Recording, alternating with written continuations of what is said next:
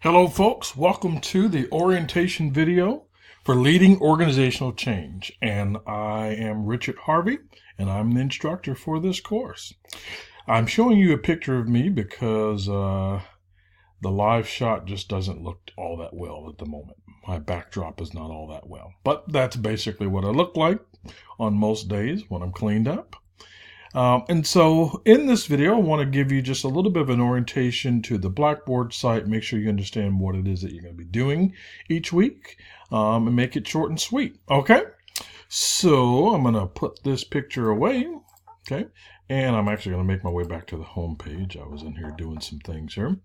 So this is the home page. Just gives you a sense of what I guess the main objectives are to the course. I'll zero in on the contact information for me. So that's my name. This is my email address, and that's my phone number. I tend to prefer email over the phone number, and that's only because I can access my email address when I'm not at the school. Whereas if you call the school and leave a message for me, I may be away from the office.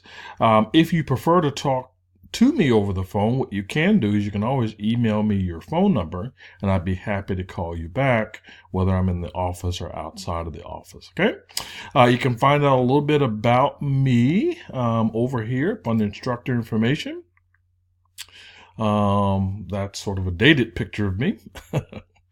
But gives you a little bit of my background. I guess I'll just highlight the fact that not only do I teach this content, but I'm also a organizational development consultant and have been doing work around change management and organizational development for probably the past 25 to 30 years.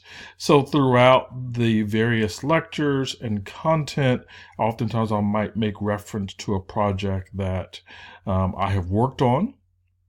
And so some of these things are live and in Technicolor for me. Okay, so that's how you can access that information. Let me direct your attention to the syllabus and calendar link. Please take the opportunity to download copies of this. I always recommend that students consider downloading the calendar and then taking that and posting that up someplace. I can tell you that from time to time, semester to semester, these Blackboard sites get copied from one semester to the other semester. So every now and then there may be some artifact in the Blackboard site that has been changed. If you come across that and you're a little bit confused, you can always rely on what's in the calendar, right? The calendar is always going to be updated. So if something's in the calendar that's not on the website, you can be pretty sure it's required in the course. On the other hand, if something's in the website and it's not on the calendar, you can be pretty sure that it's not required in the course. So the calendar is always up to date. And so once again, want to highlight the fact that that's what you're gonna need to look at. Okay. So let me talk a little bit about what this course is really about. So it's really sort of leadership of organizational development. Organizational development is basically a style or an approach to conducting change in an organization. As you'll see in the lectures, change can either be pretty radical, oftentimes in the case of where it's been unplanned, there's been some crisis in the organization, and now there's a need for more radical, rapid change.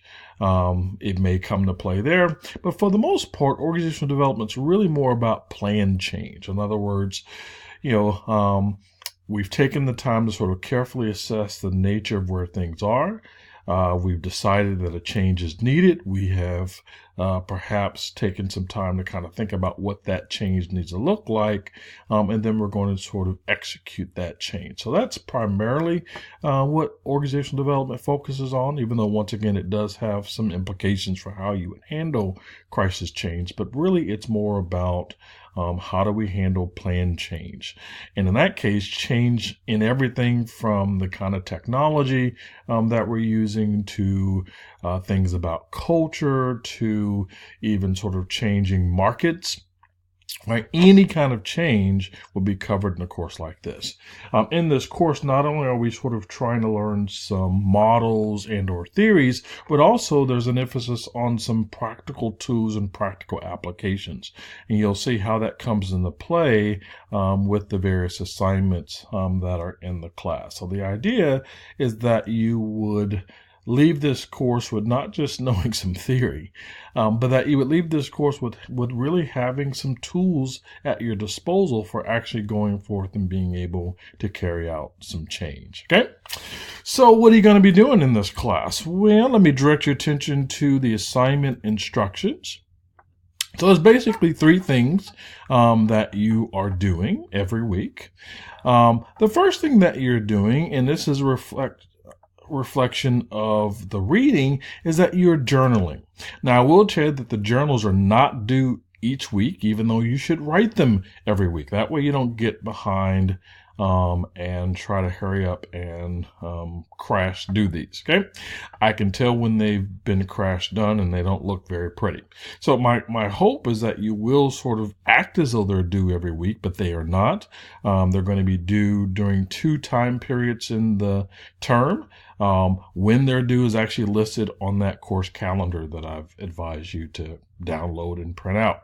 But this gives you some sense of what it is that I'm asking you to do. There's a rubric that's attached to these.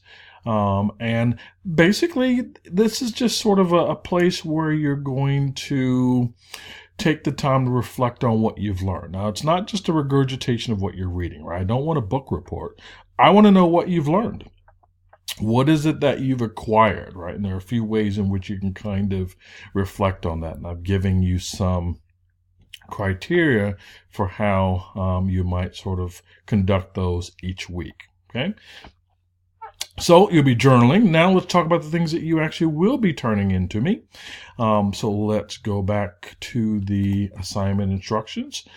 So each week you're going to be engaging in a discussion with your classmates around case studies. You will find that in the book there are case studies that are located at various sections. Okay, and so I'd like you to read those case studies and reflect on the questions that are actually listed in the case study, right? So each case study has questions listed.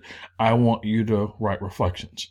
I'm asking you to have your asking you to reflect on the questions independently of reading your peers' posts, and that you do that by Thursday before midnight, and then that you comment on at least 2 of your peers' posts by Sunday at midnight. Okay, the posts should be on at least 2 separate days. In other words, don't do all of this in the same day. This is kind of a template that is sort of common with an SBS. So hopefully this is not new for you. Okay. So asking you to do that. I have found that trying to put my comments within the threads often means that they get lost. And so what I will do is after everyone has turned in their discussions, I will actually make my notes on each of the case studies available to you, and you'll be able to find them down here. Instructor case study notes. So you notice that yours will be due by that Sunday. Oftentimes I will have mine posted by Monday morning. Okay, and that way you can just kind of see what I thought about the case study. It doesn't necessarily mean that because you didn't write what I presented that what you have is not right, but perhaps just sort of maybe a different way of sort of approaching it. Okay, so once again, I will post my notes on each case study the Monday after they're due. Okay, the third thing that you're going to be turning in, let's go back to the thing, is something called Artifact. And this is, to me, a very valuable thing about this course. There's something out there called the Consultant's Toolkit that I'm looking to have each of you build in this class. And it's really just a collection of stuff, really, that one could use when engaging in consulting. It may be things that you may ultimately put into a PowerPoint. It may be actual assessment tools. It may be articles, short articles.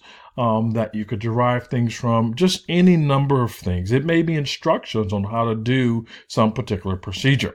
Each week, you're going to be gathering an artifact relevant to the topic and then sharing it with your peers. Okay. And so here are some instructions regarding that. You can kind of think of this as kind of a show and tell. Okay, so each week, everybody's going to have something to present for show and tell. I give you a list of potential artifacts and how you need to present those artifacts. Okay, so basically the things that you are going to be turning in each week is you are going to be turning in your case study reflections, also reflect on your peers, and you're also going to be turning in these artifacts that will be made available to everybody. Okay. So that's basically what we're doing in terms of the assignments. Let me direct your attention to the weekly modules, which is sort of a way in which you'll be able to sort of access. So each week when you come in, you'll see the module for that week. When you come into that module, you should see sort of an overview for that particular week. You'll see a list of sort of learning objectives, then an agenda, which will try to parse the different things that are available to you. So we're actually looking at the week 1 module, what you ought to be doing next week, technically. And then there's sort of links to the various things. There's links if you go to activities. Then you'll see there are links to the discussion board for that week. Please make sure that you take the time to introduce yourself in the discussion board. If you have not created an avatar, please create an avatar. Okay, so that'll be kind of the first thing that I want you to do. Then you'll see that there are links to the case study discussion board. There are links to the artifact blogs. I put that in a blog just so there'd be some separation between the case study things, but these are blogs that everyone has access to. And please make sure that you take the time to kind of look at what you're each sharing and download these things. This is an invaluable way to get access to these various tools. And so hopefully you'll take them, create a folder on your hard drive and download them in there. Okay. And then of course there's the link to the journal, which once again, though it's not due every week, I encourage you to go ahead and take the time and do your reflections weekly. That way when it's due, it's really nothing that you have to do. Maybe sort of tidy it up a bit. Okay. So that's basically the rhyme and rhythm of the course. Let me say this, that, if you feel for any reason that you are maybe sort of getting lost in the midst, please don't be shy about contacting me. As I said, I typically prefer I typically prefer that you make the initial contact via email. But if it's just more handy for you to call me, that's fine. I'm not going to say, why didn't you email me first? Okay. I'm not that way. I'm located on the Frost campus in St. Louis. And so if for any reason you feel like it might benefit you to come visit me, you're welcome to do that. I can also meet via Zoom or any other kind of online kind of access. Okay, so I'm going to go ahead and close out this orientation video. I look forward to interacting with each and every one of you, and good luck. Bye-bye.